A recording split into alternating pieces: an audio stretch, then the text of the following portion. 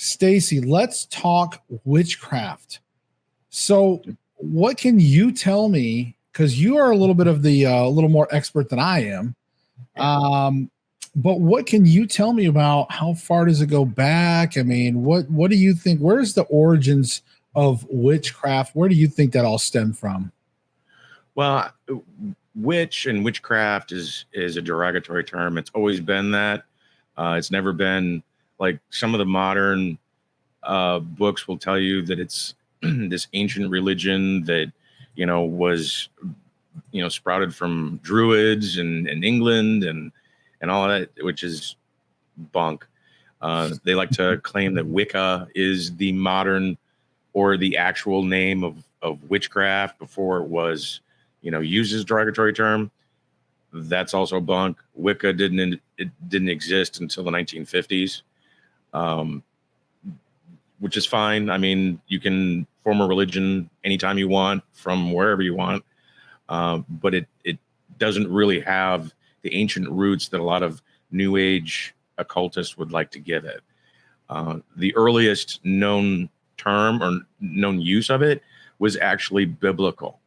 When in Deuteronomy, they changed the phrase, "Thou not suffer a thief to live," to "Thou not suffer a witch to live." They changed it because they considered thief and witch to be synonymous with each other in level of sin. But it also quelled a lot of the strong-headed women of the day. Where did that change? I mean, I'm just asking, like, when did that was that, like, because obviously it wasn't, there was the original version, and then, like, so at what point did that change, the wordage?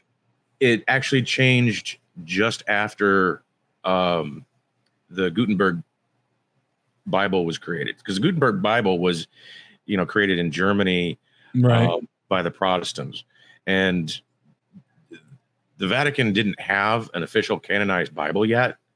They had several different versions of the Bible, and it had additional books to it that we now call Apocrypha, but it wasn't in the general public. Once they canonized and created the official, Roman Catholic Bible, it went from where you had the Apocrypha versions, "Thou not suffer a witch to, or a thief to live," to the official, witch, which is also around the same time the witch hunts across Europe were taking place. The Black Plague was, a scourge. People were dying everywhere. Cattle were dying everywhere. There was a lot of famine, and, the culprit of the time was the witch. Right. I just threw on witchcraft out of, like, Wikipedia up there. Yeah. And, Wikipedia is not all that either. But, right.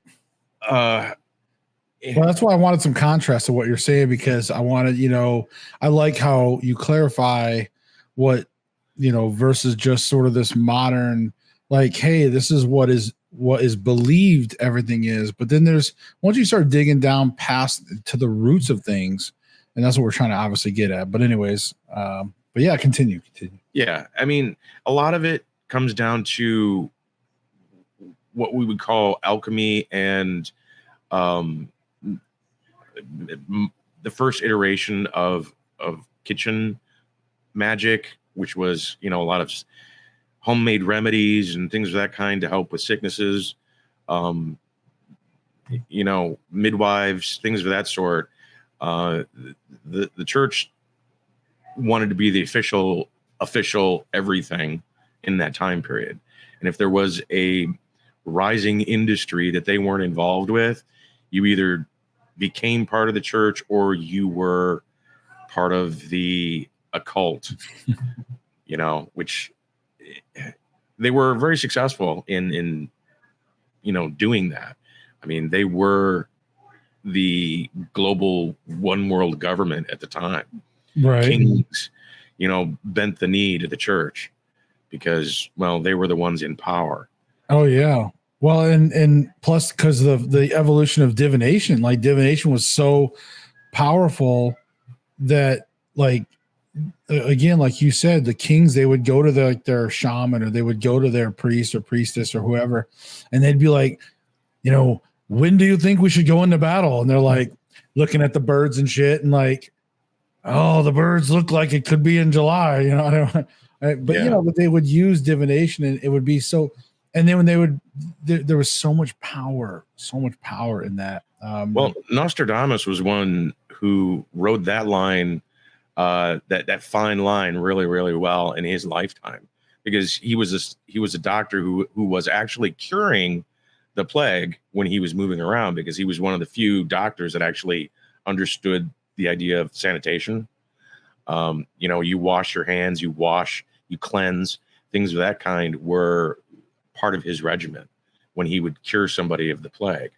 And he was the go-to of all royalty in getting rid of the plague. Right. But he was, born and raised a Jew all the way up until he went to medical school. He was forced to convert in medical school to Catholicism because you had to. You could not become a doctor without being a Catholic. It was just it. That was part of the church.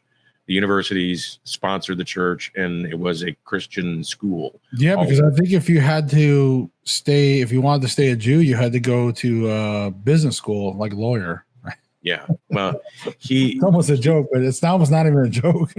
He became a Christian, but he didn't forego his Jewish upbringing, because his grandfather taught him about astrology and taught him about scrying and casting lots.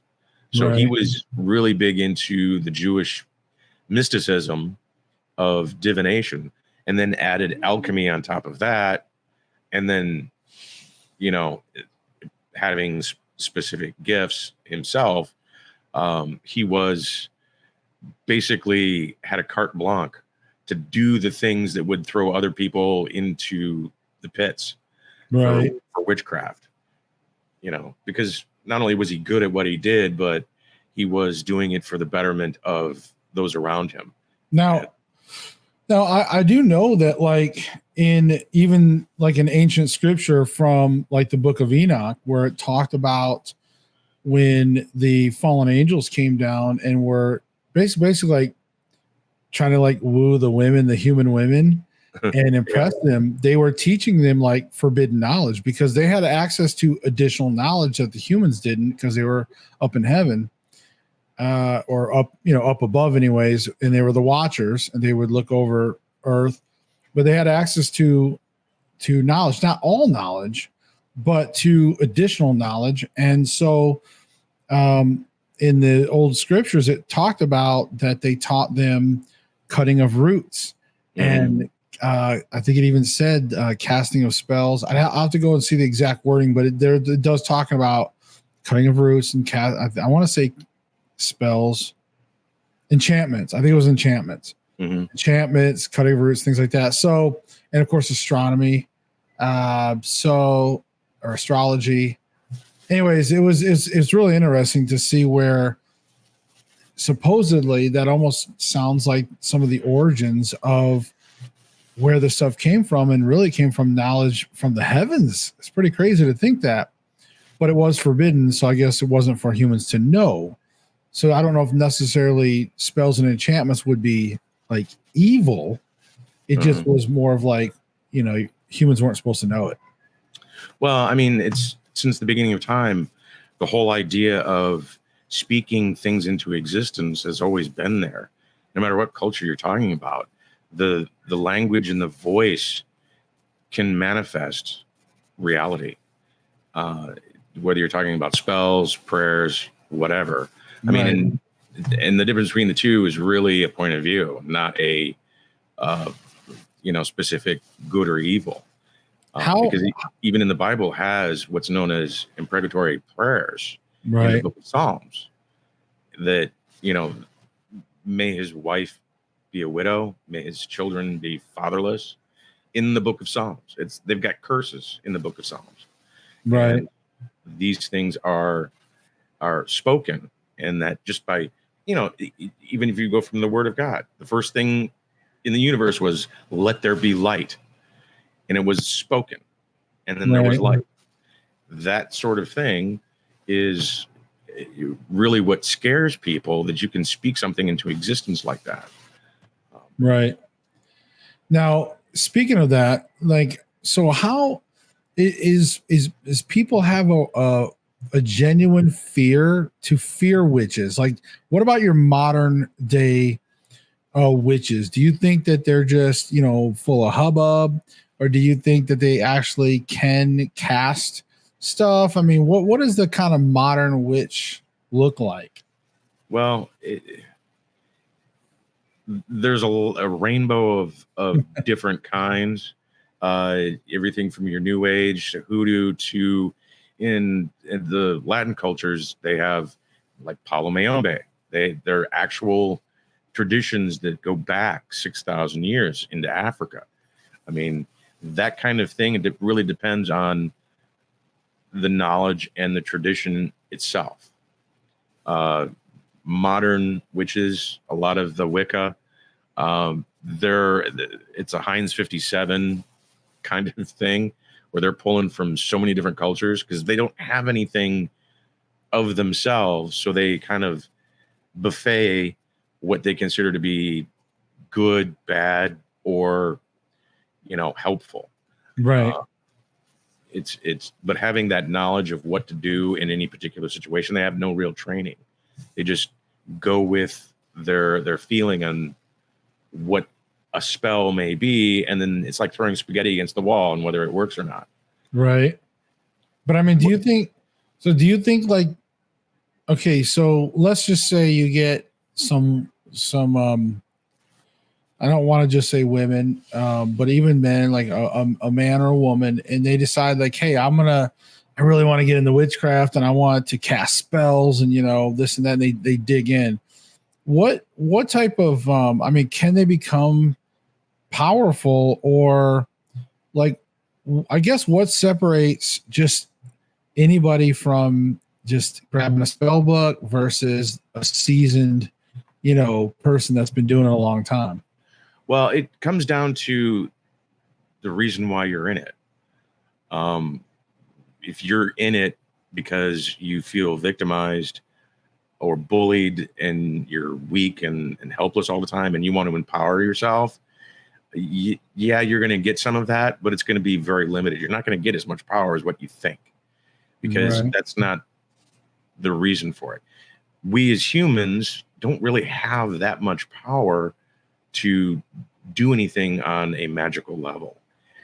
We invoke spirits on the other side to help us along. And they do. Guardian spirits, protecting guides, things of that kind. They will help us along in our quest.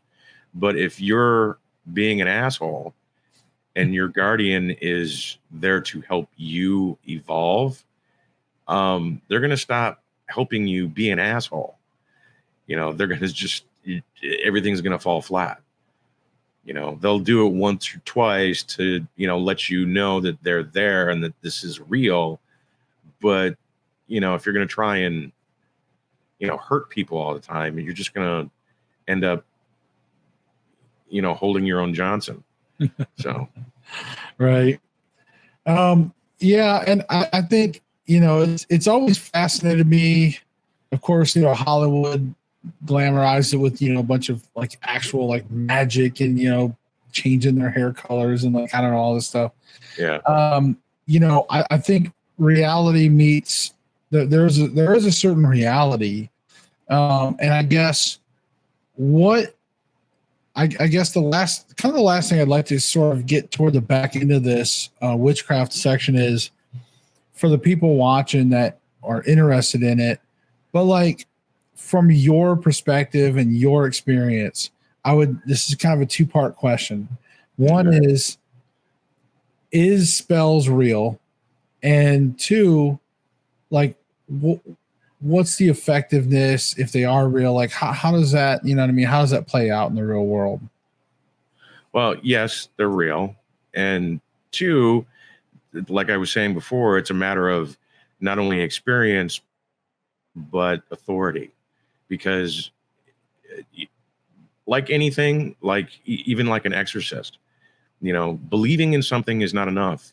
You have to have the authority in order to move something forward. Right. And if you're not in authority of any kind, and you're just some twerp who's, you know, throwing stuff out there, it's really not going to be that effective or do what it needs to do, especially if it's to hurt someone, because we all have our life mission.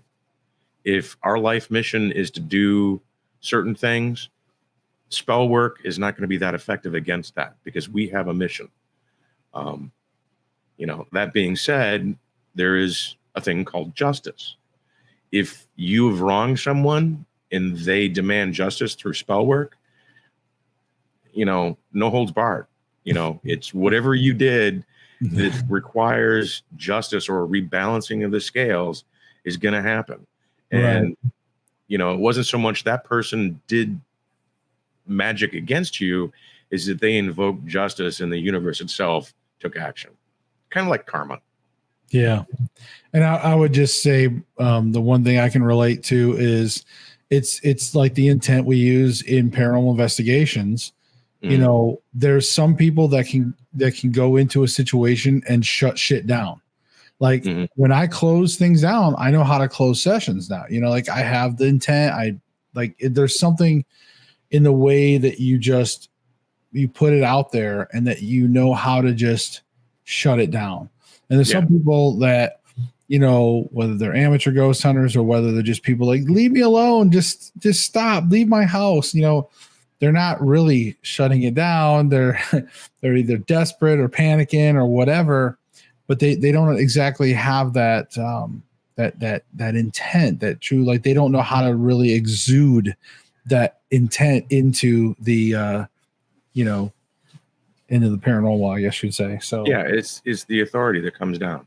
Right. And you know, you see it even in the Catholic Church. They say this with the exorcists. You know, belief is not enough. You have to have the authority, and the authority comes through, you know, Jesus Christ, and you have to invoke that because Jesus Christ gave you the authority to do so. If you don't have that, you know, you're nothing. You know, the demon won't look at you for anything. It'll laugh and, you know, point itself.